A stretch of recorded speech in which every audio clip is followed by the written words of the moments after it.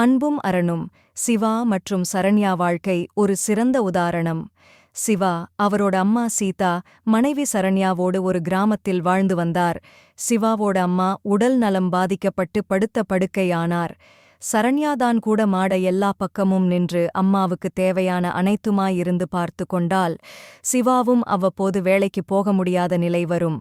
அம்மாவை ஹாஸ்பிடல் கூட்டி செல்லும் போதெல்லாம் மருந்து கூட வாங்குறதுக்கு பணம் இல்லாமல் சற்று கஷ்டமாக இருக்கும். சிவாவிடமும் அவரது மனைவி சரண்யாவிடமும் அவ்வப்போது அவர்களுடைய நண்பர்கள், இது உனக்கு கஷ்டமாயிருக்குல்ல, உன்னையும் உன் எதிர்காலத்தையும் பார்த்துக்கோங்கிற பாணியில கமெண்ட்ஸ் வந்தது.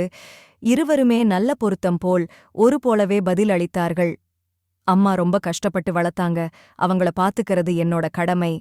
சிவா மேலும் தனக்கு ஞாபகம் வந்த திருக்குறள் ஒன்றை சொன்னான். அன்பும் அரணும் உடைத்தாயின் இல்வாழ்க்கை பண்பும் பயனும் அது.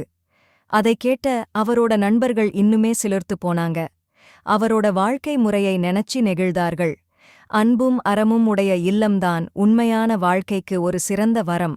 இந்த கதையிலே உள்ள அன்பை அனைவரும் பாராட்டலாம்.